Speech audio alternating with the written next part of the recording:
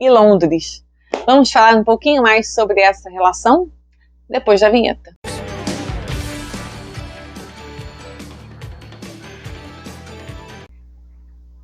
Monet e Londres. Apesar de Monet ter feito obras conhecidíssimas em Londres, nem todo mundo imediatamente associa ele a Londres e nem todo mundo conhece a relação muito peculiar que ele teve com aquela cidade. Vamos falar um pouco mais então sobre a relação de Monet com Londres. Era assim meio ambígua, mas que foi muito rica e muito frutífera. Mas antes disso, vou pedir para, caso vocês não tenham ainda se inscrito no canal, por favor, se inscrevam. Já deixem aquele like no vídeo que me ajuda muito, ajuda o vídeo a chegar a muitas outras pessoas. E vamos falar um pouco mais sobre a relação de Monet com Londres, que rendeu algumas obras extremamente conhecidas, né? As suas obras, né, do Parlamento, as suas obras da Ponte de Waterloo, Charing Cross. Mas assim, por que ele foi exatamente a Londres? O que interessava a ele em Londres, né? Como Londres surgiu na vida dele? E essa é uma história com 2 capítulos. Então vamos falar um pouquinho mais sobre essa relação bastante divertida, mas que rendeu bastante, tanto para ele quanto para o mundo, né, digamos assim. O Monet foi para Londres a primeira vez quando ele estava fugindo da Guerra Franco-Prussiana e Paris estava sob cerco das tropas prussianas. Ele tinha acabado de se casar com a sua primeira mulher, a Camille, e eles escaparam com o seu bebezinho Jean no colo. Eles acabaram, né, se estabelecendo em Londres, primeiro perto de Leicester Square e depois em Kensington. Bom gosto eles tinham, né? Porque Kensington é maravilhoso. A guerra acabou na França, ele deixou Londres em maio de 1871, mas ele disse que ele voltaria para aquela cidade que naquele primeiro momento ele tinha gostado muito. Tinha sido uma cidade que ele tinha gostado demais. Naquele primeiro momento, deixou um impacto muito grande em Monet e na sua carreira. Lá, ele conheceu outros artistas que também estavam buscando o refúgio da guerra, inclusive o seu grande amigo, o Camille Pissarro. Inclusive, foi lá que eles conheceram um grande marchand, que é o Paul Duran-Ruel, que teria um papel-chave no estabelecimento do sucesso do impressionismo. Naquela época, estava passando assim, por uma espécie de boom imobiliário, né, o boom arquitetônico. E o Monet procurou esses novos prédios, né, essas novas construções para pintar, assim como as casas do parlamento que tinham acabado de ser finalizadas, estavam assim, tipo, brand new, brilhando, e Victoria Embankment, que ainda estava sob construção. E então, né, ele, ou seja, essa primeira ida dele a Londres foi muito, muito boa, porque ele conheceu o Paul Duran-Ruel, que deu assim um super adiantamento financeiro para ele e para o Pissarro. Então assim, eles meio que começaram a sair da pindaíba nesse momento, e o Paul Duran-Ruel foi fundamental no estabelecimento do impressionismo como movimento. Ele foi assim alguém que fez muita, muita diferença. E ele pegou essa cidade, né, assim, que estava borbulhando de construções, era uma cidade que estava realmente crescendo barbaramente. Então ele tinha toda essa nova paisagem a explorar. Quando a guerra na França acabou, ele voltou. E 30 anos depois, ele cumpriu a sua promessa, voltando para Londres. E nesse momento, os impressionistas já eram artistas super estabelecidos e reconhecidos. Ele estava agora com quase 60 anos e casado pela segunda vez com a Alice, sua segunda mulher, uma vez que a Camille, a sua primeira mulher, morreu em 1879. Então ele ficou viúvo e depois se casou pela segunda vez. E aí ele voltou a Londres 3 vezes entre 1899 e 1901, e ele ficava por 3 semanas por vez. Então cada vez que ele ia, ele ficava lá 3 semanas.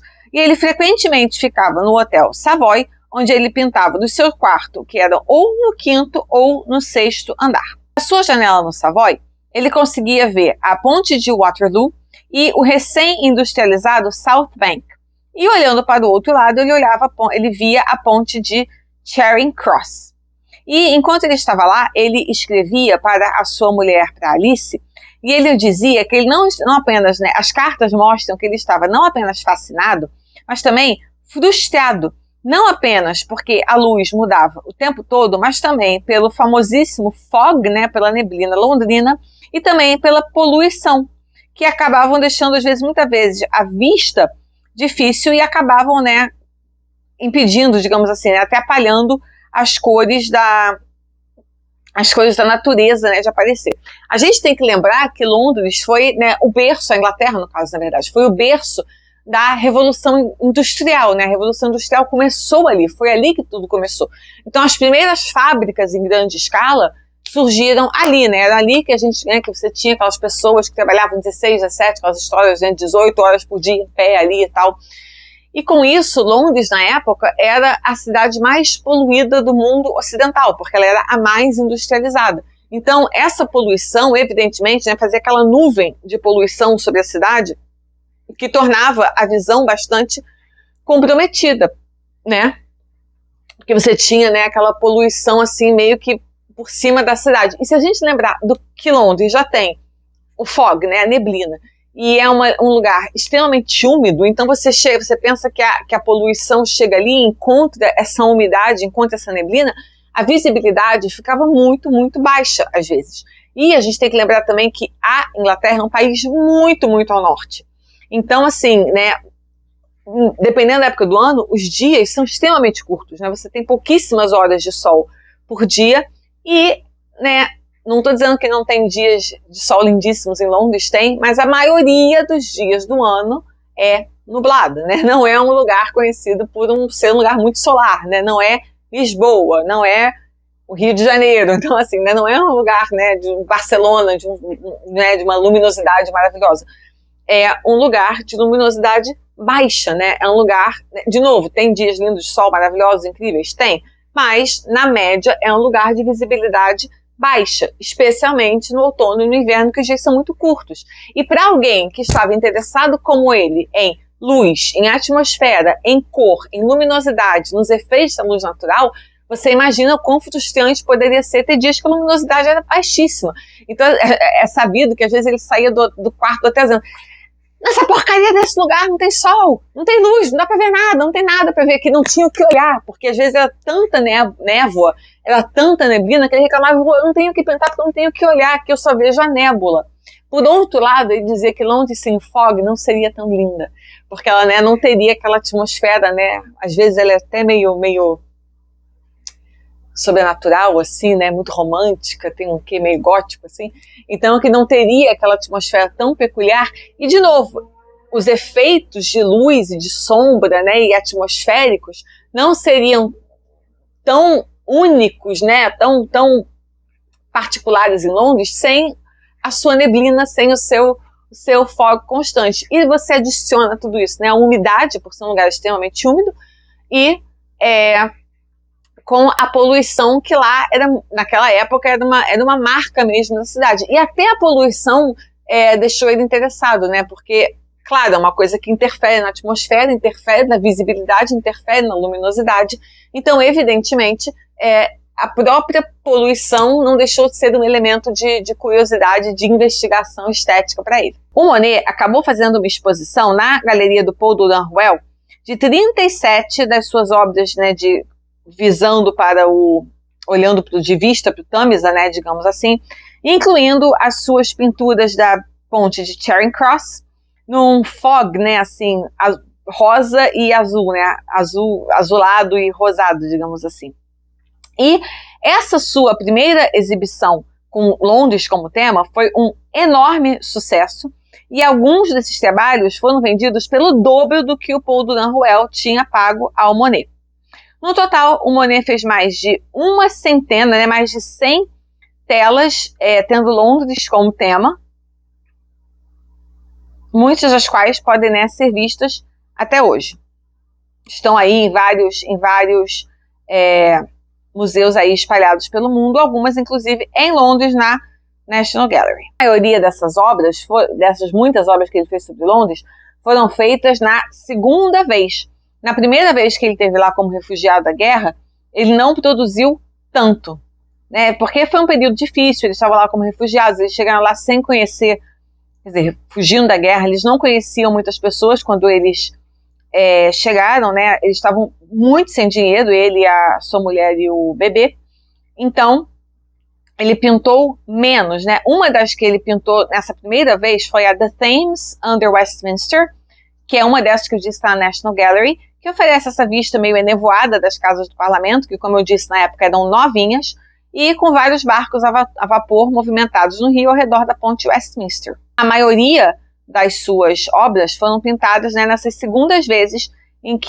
outras vezes que ele voltou a Londres posteriormente. De trabalho no Monet em Londres geralmente envolvia pintar a ponte Waterloo pela manhã, a Charing Cross Bridge na hora do almoço, sempre no mesmo lugar, por fim, as casas do parlamento, sempre à tarde ou no cair da noite. Ele conseguia ver as duas pontes sem sair do Hotel Savoy, e era apenas uma curta caminhada até St. Thomas para sua visão do parlamento sobre o Tâmisa.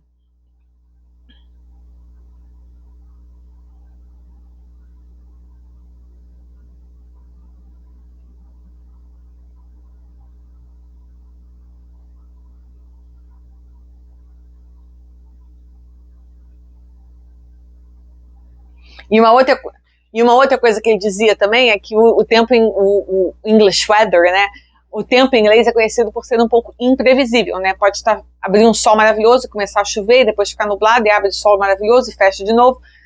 Então, e essa imprevisibilidade toda ele achava muito interessante, porque é óbvio, né? Ele estava tendo ali um exemplo incrível de tudo aquilo que mais interessava a ele, né? Ar livre, luz, atmosfera, ar, tudo aquilo, e mudando de uma forma muito, muito rápida.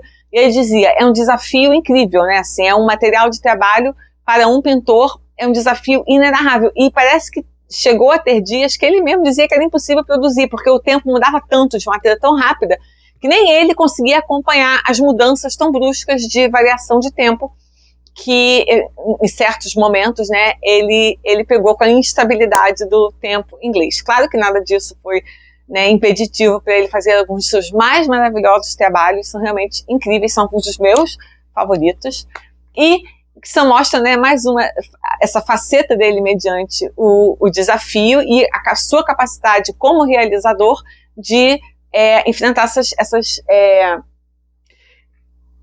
características, né, tão únicas e tão específicas no ambiente que oferecia tamanho desafio para o tipo de coisa que ele estava querendo fazer e que ele estava querendo propor, né, artística e filosoficamente.